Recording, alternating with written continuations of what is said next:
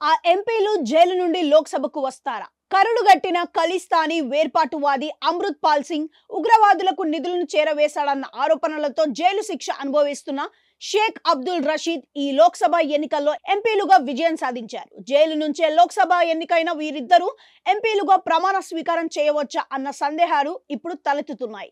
Jail నుంచి ఎన్నికైనప్పటికీ వీరిద్దరూ ప్రమాణ స్వీకారం చేయడానికి రాజ్యాంగం అవకాశం కల్పిస్తుందని రాజ్యాంగ నిపుణులు చెబుతున్నారు.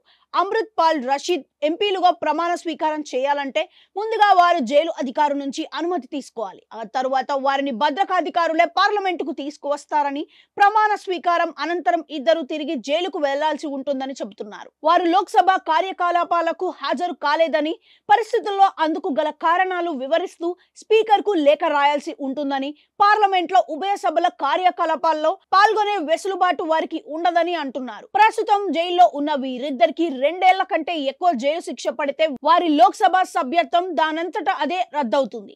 అమృత్ పాల్ పంజాబ్ లోని ఖడూర్ సాహిబ్ నుంచి స్వతంత్ర అభ్యర్థిగా కాంగ్రెస్ అభ్యర్థి కుల్బీర్ సింగ్ జీరాపై 1,97,120 ఓట్ల మెజారిటీతో విజయం సాధించాడు.